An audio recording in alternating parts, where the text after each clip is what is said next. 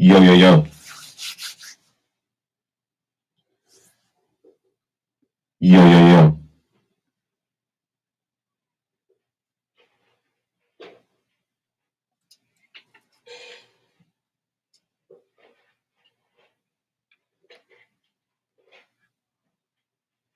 What's up? What's up?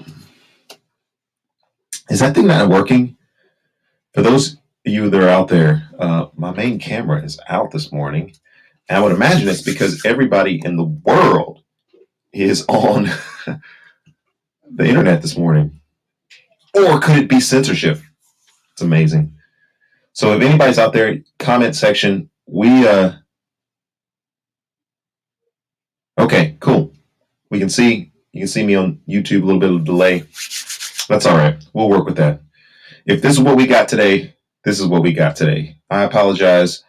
There's a lot of fancy stuff that we could do to start the Erskin Music Show out, like this.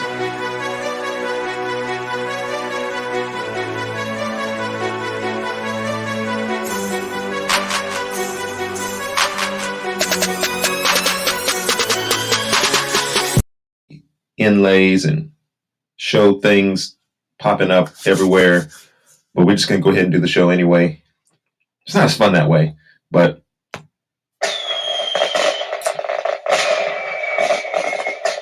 I know there's probably a little bit of a delay there, and I apologize for that. We're trying to get some of these idiosyncrasies worked out here. But yeah, we want to start the Erskin Music Show out right with some fireworks. And you guys saw the topics that we're dealing with today. And so I'm excited about the fact that we're going to warm it up just a little bit in some of our conversation here. If you're out there and you're listening to this from some cold place, which would be pretty much all the world right now, the whole world is frozen right now. Let me know where you guys are at, and let me know what the temperature is. What's the temperature? It's currently 23 degrees. I don't think that's right. I think it's about negative 23 degrees. I was outside with the dog just a little bit ago, and yeah, that pretty much, it's not 23. It's negative 23. But they say it's 23, so we'll just go with the official number that's posted up for Nashville right now. 23 degrees. Anybody that's out there, what is the temperature of the place where you're at?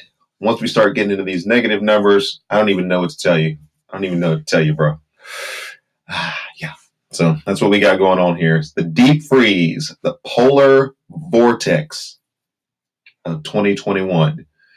As if that wasn't bad enough, here we go again. And the last time I managed to escape the polar vortex, I don't know, it's usually around this time of year that I'm down in Florida. The last time we had the polar vortex, I was in Florida. And this time I'm getting ready to go to Florida. I don't even know if I'll be able to go to Florida because I think everything is frozen between here and there. And so we'll just ball out here. So if there's people who are watching on YouTube, I'm not quite sure if your comments are coming through there. But as I always like to say on the Erskin Music Show, your comments are definitely welcome. The snarkier, the better.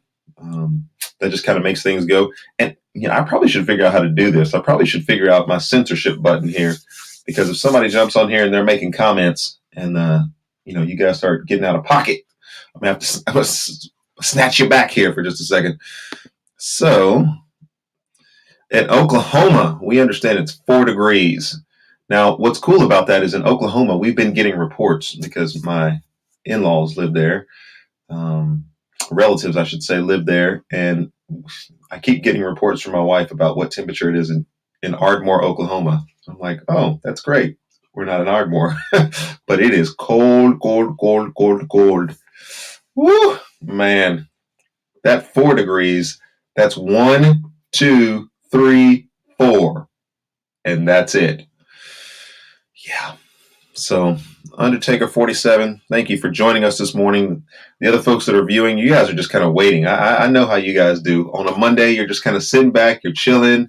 Maybe you're doing your job. Maybe you're not. Maybe you're waiting for me to say something crazy, in which I will happily oblige here in just a few moments. But we never have a good Erskin Music Show without a couple of dolphin sounds in there. And so ice, baby. It is cold out there. Was Friday, our show on Friday, an issue of censorship? Is the continuation of problems with the Erskin Music Show an issue of censorship? What's going on here? Let me give you a little bit the more high. What's going on here? Because we were rocking along, were we not? Those of you who are listening, we were rocking along. The Erskin Music Show on Fridays is devoted to Erskin music. It is an Erskin music show. For those of you who are joining today who have never joined, hello, thank you. I'm Erskin. I'm the musician. But was it an issue of censorship on Friday? We don't know. Inquiring minds certainly want to know about all these things. Because I was rocking along, bang, telling stories, bang, play a song, had fly-ins coming on. The dolphin was going, man. We had all sorts of, bang. You are a huge nerd. We had everything going on Friday. It was rocking on Friday. We had videos flying in. I had commentary. It was the Erskin Music Show. It was everything that was the greatest things that it could possibly be regarding the Erskin Music Show. And then no sound. No one could hear me. Was that Facebook censoring me? I don't know. It could have been. But I'd certainly like to make fun of you if it is Facebook, because I think all of you guys are goons anyway. I think you guys are ridiculous. Oh, I got to look at this camera. I'm still looking at the other camera. My bad. That camera not on today. We need to get that camera on. Anyway, forget that camera for right now. I think all of you guys are goons anyway, with all the censorship issues that are going on out there. I think you guys are ridiculous. I don't know if it was really censorship. It could have been, I'll say, it could have been a technology issue on my part, but it was working on Friday. And then all of a sudden, it wasn't working. Was I being censored on Friday? Who knows? Big tech? I'm looking at you. I'm thinking about you this morning because we were there and then we weren't there. Ooh. So what's I don't know. I can just imagine there's somebody sitting back at Facebook and they're like, wait a minute, he doesn't have a license to play all of this music. Well, let's stop the music from being played because he's using this to advance himself and play this music. And they're sitting back and saying, well, wait a minute, it's the Erskin Music Show and he's playing Erskin music, but he doesn't have a license. He might steal from somebody named Erskin and take his property rights. I can imagine you goons are probably sitting around trying to figure that out because you guys are idiots and wouldn't be able to figure out. Now, obviously, I could totally be wrong about this. It could be a technological issue, but I can imagine that with the goonery that's going on these days and the censorship that's going on these days, there's probably somebody sitting back and saying, you know what?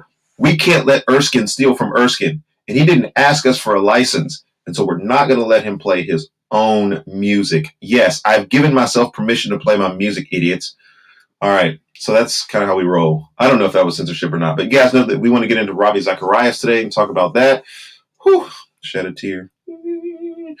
But we also want to get into some people, politics, and what I have instigated here on my notes or insinuated here on my notes is the nonsensical impeachment of Donald Trump. And I'm not going the area that you think that I'm going with that. So stay tuned. But before we do any of that, let's get the Rasta horn going here. Changing gears for just a little bit because we want to jump into the daily devotion. This Erskin Music Show is founded on the Word of God. I've got strong opinions because of all the different amazing things that the Lord has done in my life, all the amazing people that He's let me interact with, all the amazing songs that He's given me to write and to sing and to perform all over the world. And so I come at this with a measure of just sincere devotion, and that's what the Erskin Music Show is all about. So let's get to it this morning. 1 Corinthians chapter 10, verses 12 and 13. Therefore, let anyone who thinks that he stands take heed lest he fall. No temptation has overtaken you except what is common to man. God is faithful, and he will not let you be tempted beyond your ability. But with the temptation, he will also provide the way of escape, that you may be able to endure it. Verses that I have heard virtually all of my life, and certainly as we engage more in the ministry aspect of what's going on, verses that were taught to me very, very early on as we started to look at issues of accountability and thinking through what exactly does it mean to be in a place where you're doing ministry.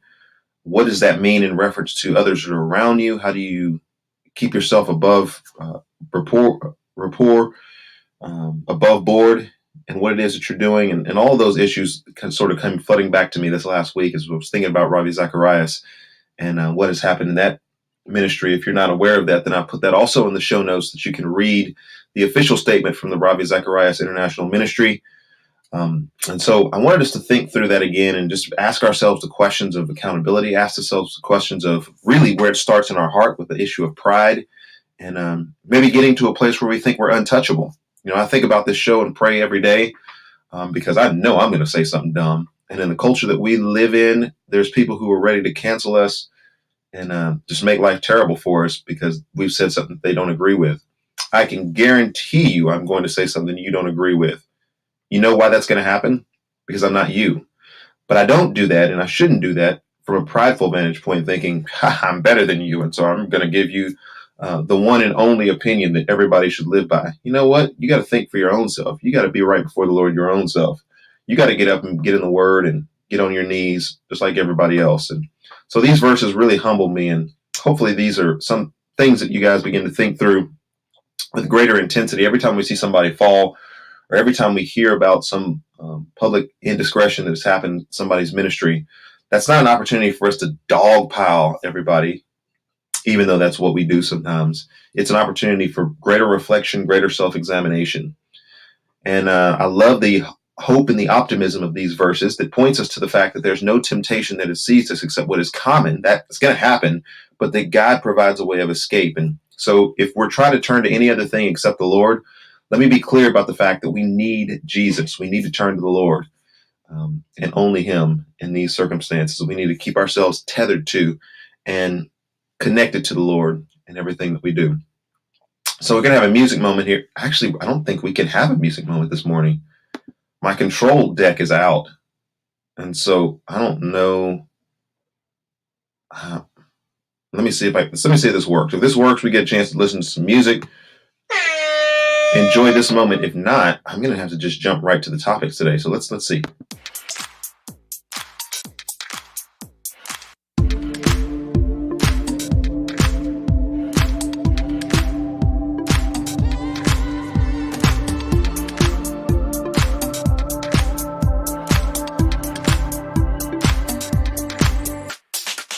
I'm surrounded by people watching me.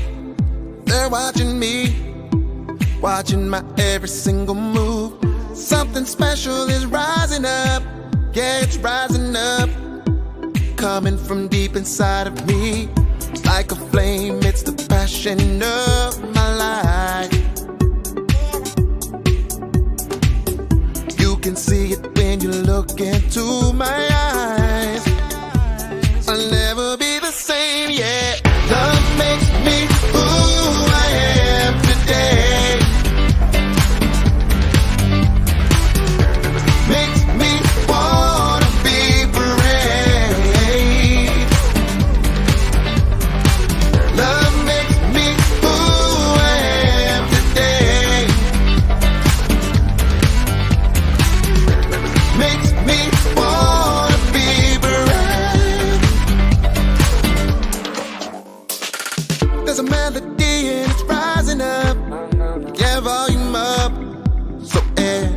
Can hear the sound. I'm gonna sing like we never did. Oh, we gotta sing until they hear the harmonies. Till everybody can hear the song. Let's have a party, everybody sing along.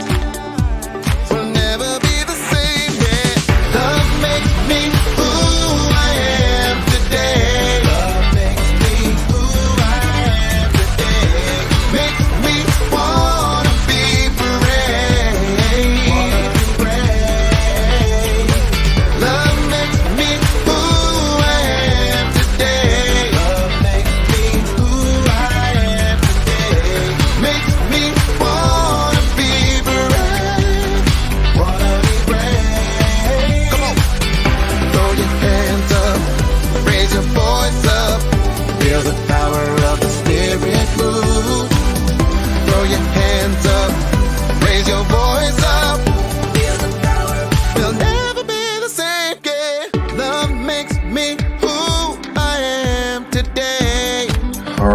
I'm not sure what we have with the music, if the music is still playing or what we have going on right now. I certainly want to go on the show.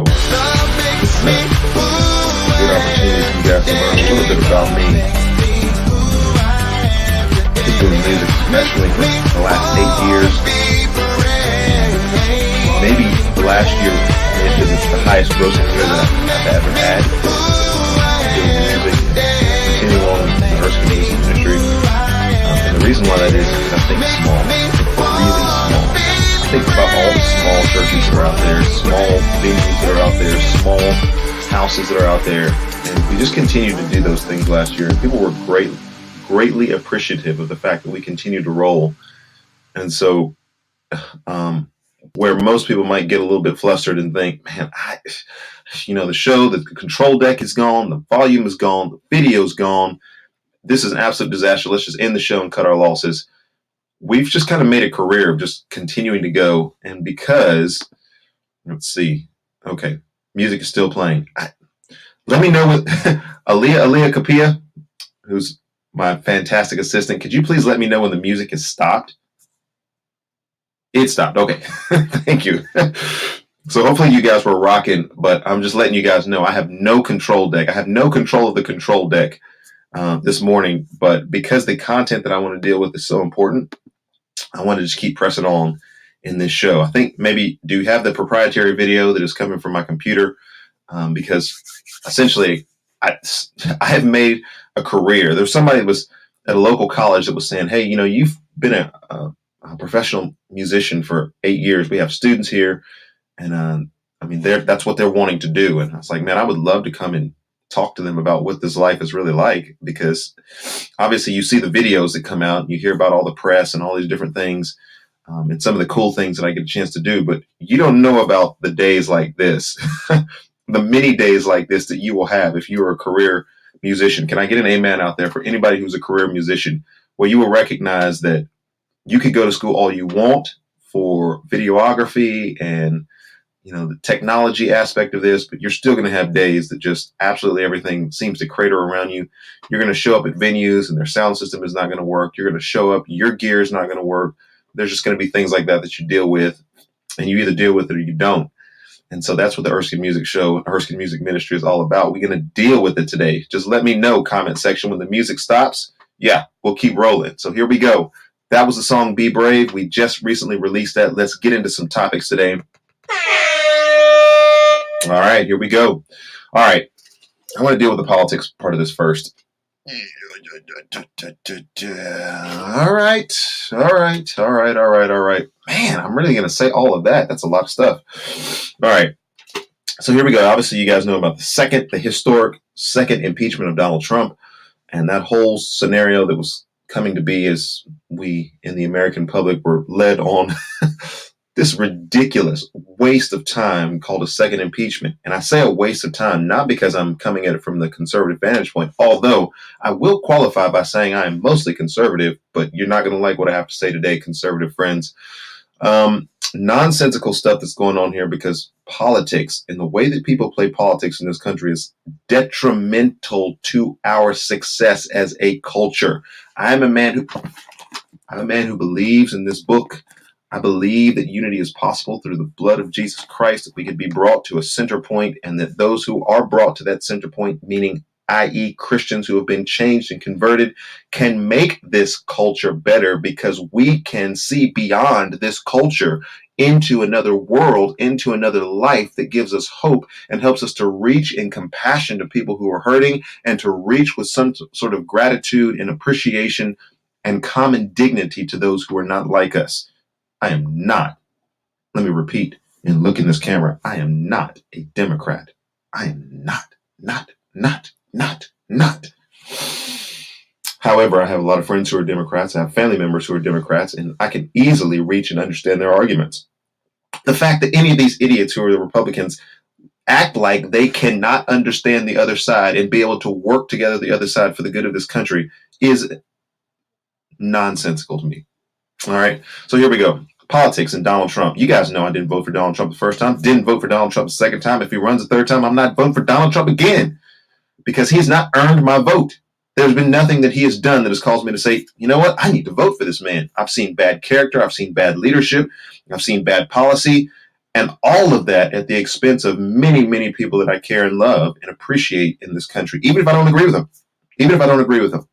And so Donald Trump has been a proverbial thorn in my side because he has impacted not only the culture, which we could talk about that, but he has detrimentally, I like how white my teeth look, detrimentally impacted the church culture, of which I'm a part of, profoundly.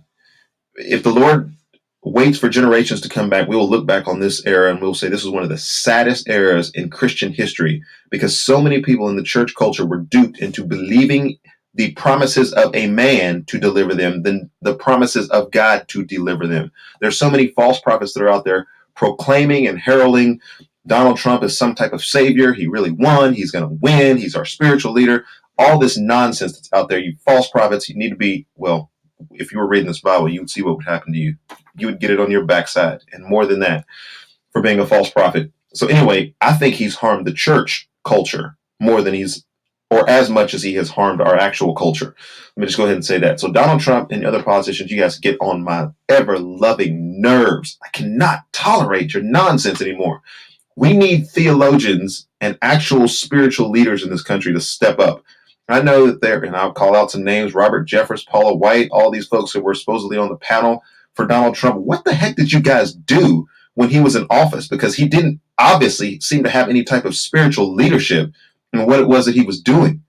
You weren't leading him spiritually. If you call yourself a spiritual leader and you lead other people and you were on the president's advisory committee, what the heck were you doing? Were you talking to him and telling him, man, you can't say that? Man, sit your rear end down. Get the heck off of Twitter. What were you guys doing? What kind of spiritual leadership?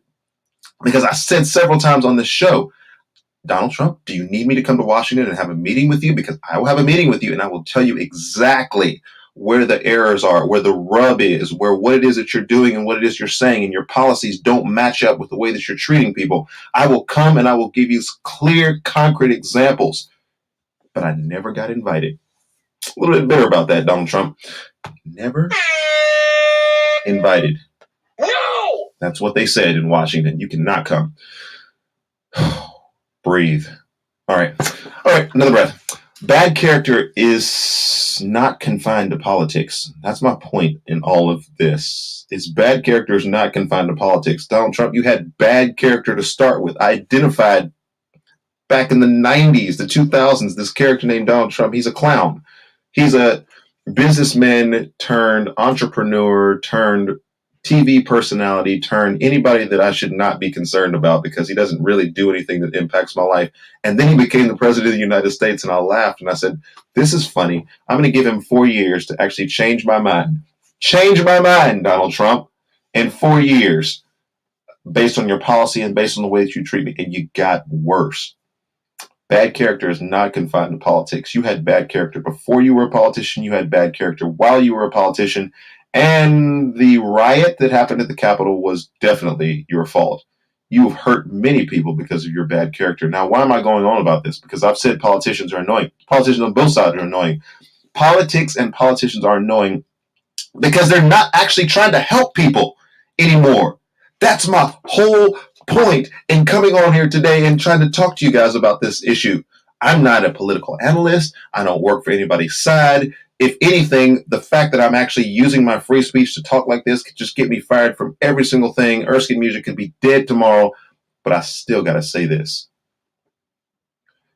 Politicians these days aren't trying to help anybody. They're trying to help their base. They're trying to help their constituents. They're not trying to work together and help the American people. They're not trying to help anybody that's common out there. They're trying to help either their constituents who are their rich people over here, or the other people who it's not like they're the party for the poor, their rich constituents who are over there and powerful and supporting them. They're not really trying to help anybody. They help themselves and they help their people, but they're not trying to help the American people. And that's the problem that I have. When you have people who are, before any type of impeachment trial takes place, saying, well, I'm already going to vote this way. I don't care what. I don't care what any of the evidence says, I'm going to vote this way. On both sides, you know that they're not trying to help the American people. They're just trying to help their base out. Trump was as guilty as the day was long. And I say that from a very moral and ethical standpoint. We have the video, we have the words, we have months of falsehood and statements and tweets. Anybody who wants to try to jump on here and tell me that Trump was not guilty of inciting that riot, I'm going to look at you and think, I don't even know what historical moment. I was trying to get hot chicken that day and enjoy myself. And then people start texting me and saying, do you see what's going on with the Capitol? Like, I don't care what's going on with the Capitol. All I know is I want to get hot chicken. And so I had to finally pay attention to that nonsense. And I was like, I mean, come on. You told people to come after Pence, your own boy, which he wasn't your boy. You're afraid of Pence because he's an actual leader. But anyway, we'll get to that. We'll get to that probably the next election. I'd much rather have Pence than I would Trump. Somebody that actually has some decency and character, even though I don't agree with a lot of what he does either. Let's go. So anybody who wants to try to sit here and to defend that just is on another planet. But you're entitled to your opinion. But it became politics. It became, well, if we lose Trump, then we lose our ability to fundraise. If we lose this argument, then the Democrats have more. All this political machinations that are going on here. Conservatives, you need to watch out. And I'm one of the conservatives, so I'm watching out myself. Conservatives, you need to watch out because you are the party that comes out most vociferously to say we want law and order. We want law and order. A country that's just ruled by people's whims and ruled by these wild factions and ruled by all of these riots and things that are going on. We want law and we want order. And conservatives are really great at coming out and saying things like that until it applies to someone in your own ranks. What about the accountability for former President Donald Trump? Did you want some law and order? Do you want some accountability related to that? No, you don't. And that's the farce. And that's the reason why people don't respect you, conservatives that are out there. They don't respect you because you say law and order. We want law and order. We want law and order. But you don't want law and order when it comes to Mexicans. You want law and order when it comes to deporting people. We want law and order when it comes to black people and this whole Black Lives Matter nonsense that's out there. That's when we want law and order. That's when we want to really tighten things up and we want to really be strict and we want to really go by the rule of law. Man, that's a farce. You guys are hypocrites. You sicken me. A lot of the conservatives are out there. And you know what? I voted for a conservative. So the conservatives that are out there that are a little bit agitated today by the way that I'm talking, I voted for a conservative. I voted for Tim Scott. I voted for somebody that actually cares about the people. I voted for somebody that could work with Donald Trump. I voted for somebody that could work in the administration. I voted for somebody that could understand the poor. I voted for somebody that could work across the aisles because you know what? That to me, that seems like somebody who actually cares about the American people, not just his party. I sent a message to Tim Scott when I voted for him and I said, hey, I know that this is probably a groundswell effort, but I would like for you to consider running in 2024 because we need actual people who care about people in politics. Comments. Yeah, Rock and Ron, I'm on a roll, but I'm not going to stop there because I've thought about this all weekend.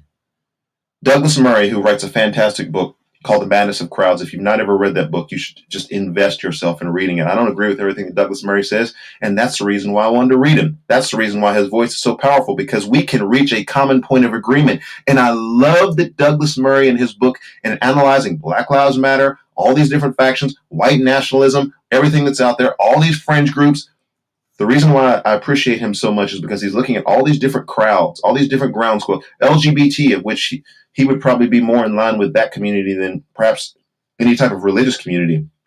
And being able to say there's massive inconsistencies within these crowds. Douglas Murray says this about politics, and here's your crowd politicians.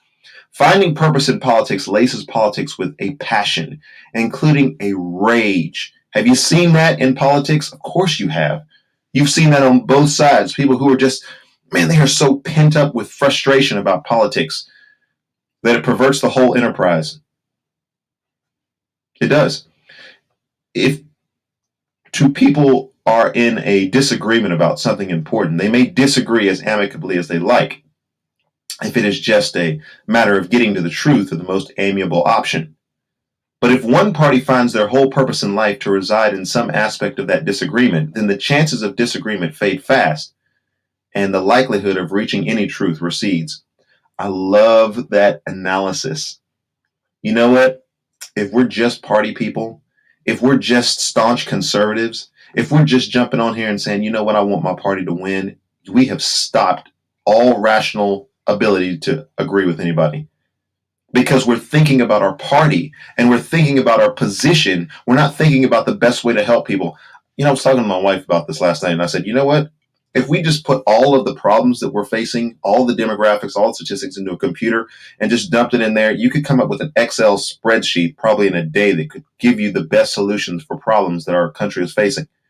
It's not rocket science. There's a lot of different problems and there's a lot of different specialization. But here's the issue. We're not trying to actually help anybody. We're not trying to actually work together to solve problems. We're creating more problems because we're becoming so entwined and so enmeshed in our politics that we have no ability to actually work for the common good. And that's a problem. He goes on to say, and I love Douglas Murray. I can't wait to have a conversation with this dude. One of the ways to distance ourselves from the madness of our times is to retain an interest in politics, but not to rely on it as the source of meaning. That's a mic drop. Where's my microphone so I can drop it? Drop this microphone. What in the world did he just say? He just said, if that's, since this is the camera that I got to work with today, if your whole entire meaning is just political, then your whole entire existence is just that. If politics is the driving force of your life, and here's a statement that I have in my notes, I've been thinking about this all weekend. If politics is the driving force of your life, and that's what gets you enraged, and that's what gets you fired up, and that's what gets you to give money. I know people who give more money to politicians than they would ever think about giving to a church, and they're Christians.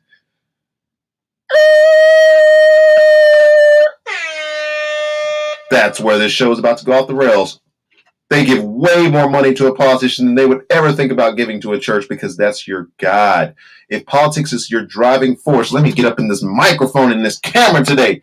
If politics is your driving force, then go get a life. You have no life.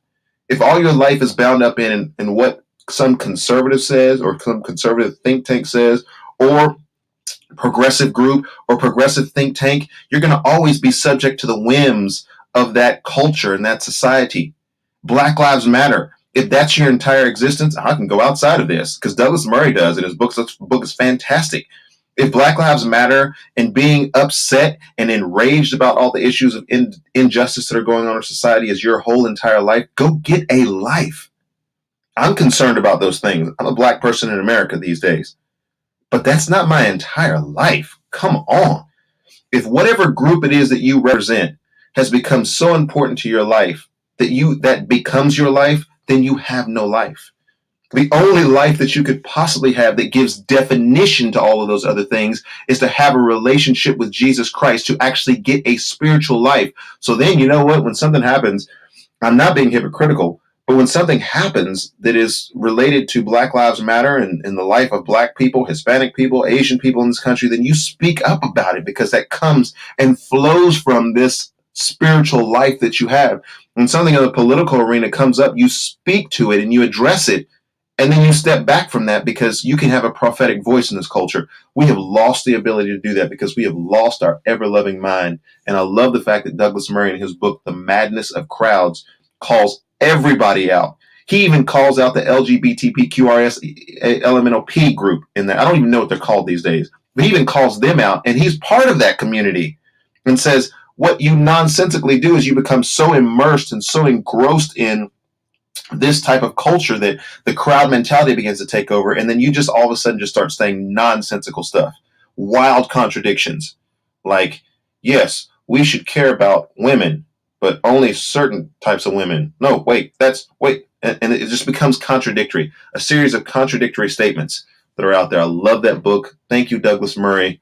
I'd love to have you on the show at some point when everything's working. Man, I'm 39 minutes in. Let's man, we gotta land the plane. All right. I got fired up. Maybe we'll just do, you know what? I'll come back tomorrow and do Ravi. Because I don't want to do that one. We got a guest tomorrow. Joe Guerra's coming tomorrow. All right.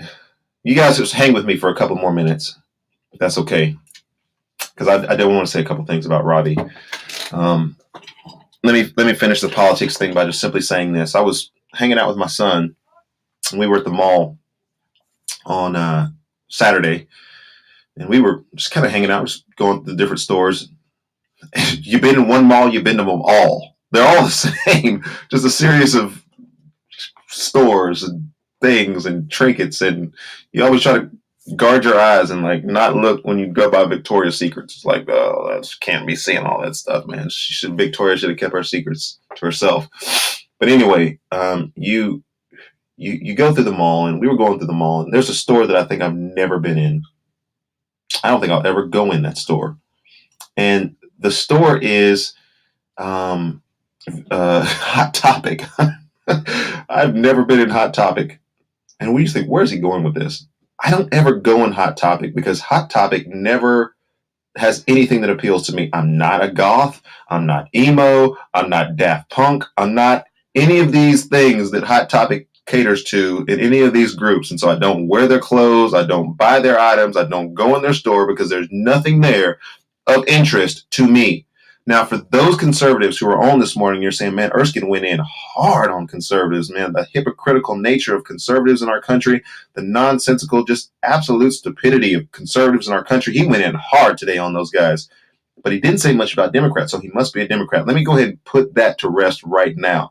The reason why I brought up Hot Topic, I never go in that store. I always see it, but it doesn't appeal to me. The reason why I don't talk about the Democrats as much on this show is because they don't appeal to me. There's not virtually any policy that they've come up with in the last 20 years that I've thought, oh, well, that's good. I think they're wanting to put Harriet Tubman on the $20 bill. That's about all you got. So I never talk about the Democrats because their party is so irrelevant to me that I don't talk about them. So here's the deal. And we can get into this more maybe on Wednesday because I got my friend Joe Guerra coming tomorrow. And yes, we're going to rock and roll tomorrow. That's going to be a lot of fun. I'm going to preview his new video. I'm sure he wants to talk about that. Rockin' Ron says, what about my punk rock record? If I was working on a punk rock record, probably would need somebody to go into Hot Topic and get me something to look punk rock. But I'm not punk rock. I'm just rock, baby, at certain times. But Ravi Zacharias, man, I was too quick on this, too quick. But let me just say this. Man, grief, compassion to all those that have been impacted by this. I know myself, as I was reading the open letter, and it's listed in the show comments, I was weeping. Just you watch something that has meant something to you just absolutely come down with great pomposity.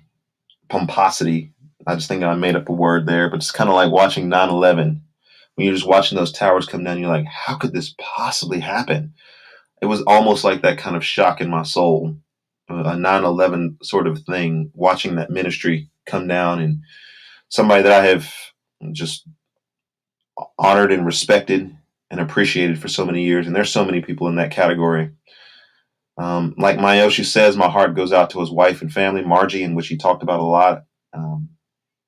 I can imagine they are devastated during these days. And my heart and prayer goes out to you. And for those victims that have been impacted and affected negatively, my heart goes out to you as well. There's just a lot of negative things that can only be healed by the gospel and the power of the gospel. And so I don't want to try to jump in the way of that, because God, even in the midst of all of this mess, is doing something profound that is beyond what our ability to understand or comprehend is.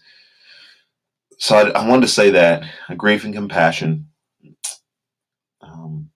continued for the family, continued for the ministry, continued for everyone that was impacted and affected by that. I think as Christians, we need to respond that way to both everyone that was involved and everyone that's been hurt in the midst of this.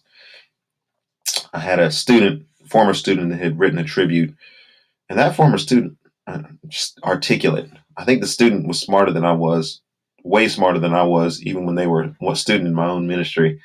And so, just so many students that I've exposed to Ravi Zacharias, my own self, gaining and learning from his ministry. Accountability, yes. We started with that from our devotion today. Accountability, absolutely. But let's not leave it at just accountability. Accountability has got to lead to something. And let me be clear about saying this. I learned about accountability long ago. Just when I was early in ministry, and I had a student director who I was making copies in a copy room. I don't mind sharing this story. And unbeknownst to me, there was one of the female students that walked into the room. I did not know it, but he walked in the room shortly after that, yelled at her, tell her to get out of there, and then just proceeded to go in on me about being alone with a female and just that whole measure of accountability. I mean, I got reduced in that situation and brought to a measure of understanding the gravity of what being above reproach is. And so I've tried to internalize that in many different areas of life and ministry and accountability, absolutely. But we need to go beyond accountability. We need to go beyond accountability and actually be better people. Because if somebody in my accountability group says, hey, Erskin, think about this, I need to not just brush that away. And I don't know that Ravi Zacharias did that, or he had people that confronted him, or there was just such a level of secrecy. Perhaps there were people that spoke into his life and said, hey, you're visiting this one tanning salon maybe a little bit too much. It just doesn't seem right. Maybe you should stop doing that. Did he get that kind of advice? If he did, he didn't listen. We need to be people who actually listen and become better people as a result of our accountability. We are all massively flawed people. It shows us the principles of a good leader that actually matters. I had some analogies that I wanted to use. We'll have to get into those a little bit later because I do want to take some time and extend this out because there's actually some parallels between what we talked about at the beginning. Bad character in presidential office, bad character in spiritual office. And here's the deal. There's no perfect people. I'm not perfect. You're not perfect. Let he who is without sin cast the first stone. Yet at the same time, we need to be striving to be better people. Be perfect as your Father in heaven is perfect. God doesn't lower the standard and say, okay, well, now, you've done a lot of good things, or you're smart, or he doesn't lower the standard. And so how do we as flawed people move forward with our eyes fixed on Jesus and fixed on the cross? And this is a great comment here. I wish maybe I can get it up. Oh, yeah. Okay. At least I've got control of that. Loosing our grasp on things and people of the earth and set our eyes on him is essentially what it is that I'm saying, Mayoshi, this morning, is that we need to be led as leaders in a particular direction so that we can show ourselves faithful in what God has called us to. And I want to say way more about this because I want to bring in Bill Cosby. I want to bring in certainly Ravi Zacharias. I want to even we'll bring back Donald Trump. I know people don't like me going in so hard on him, but we'll bring him back and just say that there are certain characteristics of leadership in which the principle you would extract and say, okay, there's principles that we gain from their insight and their leadership that are foundational. They work for everybody. The amount of jobs that Donald Trump got for African Americans in our country and how he helped the economy. Okay, that's that. But at the same time, we need better leaders. So if we're looking at Donald Trump and saying critically flawed, then can I take those principles and say, as a person who is pursuing the Lord, I'm going to take those principles and be a better leader than that person. I think we should have people who are desirous to be better leaders than those that we have come in contact with. And that's my take on that. And I'll flesh that out a little bit more. I know that was a little bit too short today, but here's essentially what it is that I'm saying is that I want to take the principles that Ravi Zacharias gave me in my ministry and then be a better leader than him. I'm not going to the spas. I'm not taking advantage of women. I'm not doing those things, but I want those principles to imbibe what it is that I'm doing. And for every leader, as they say in leadership, you stand on the shoulders of giants. If you think that you got there in your leadership simply by your own abilities, then you're a fool already, because you are standing on the shoulders of giants who have allowed you to be in position to where you're at. And yet, you're not any of those leaders. Hopefully, I can stand on the shoulders of Martin Luther King Jr. in some ways. There are some graphic ways that he flagrantly violated trust in his family and his wife and public trust. And yet, there are some principles that are there. And so, we need to be able to extract these principles, extract the good, extract the truth, and then live, even in this fallen and broken world, in a way that leads people to the cross. I've got to say way more about that, but I need to stop today because we're already at 50 minutes. I want this to be a 30-minute show, but you guys got me fired up about politics. This is how the Erskin Music Show rolls. For some reason, if the power goes out and the ice and things break up everything, and if we have to do the show like this tomorrow, I'll be more prepared. We'll be better prepared. Sorry about that. But yeah, this is the 50-minute mark. I don't know if this is going to actually work, but I'm going to give you the Erskin Music Show outro and let you deal with that today. So a lot to think about today, a lot to pray about on the Erskin Music Show. We're going to land the plane today. This has been Erskin from the Erskin Music Show. If you're a Facebook idiot and you're trying to censor my show, stop it. I've given myself permission for all of my songs. Peace.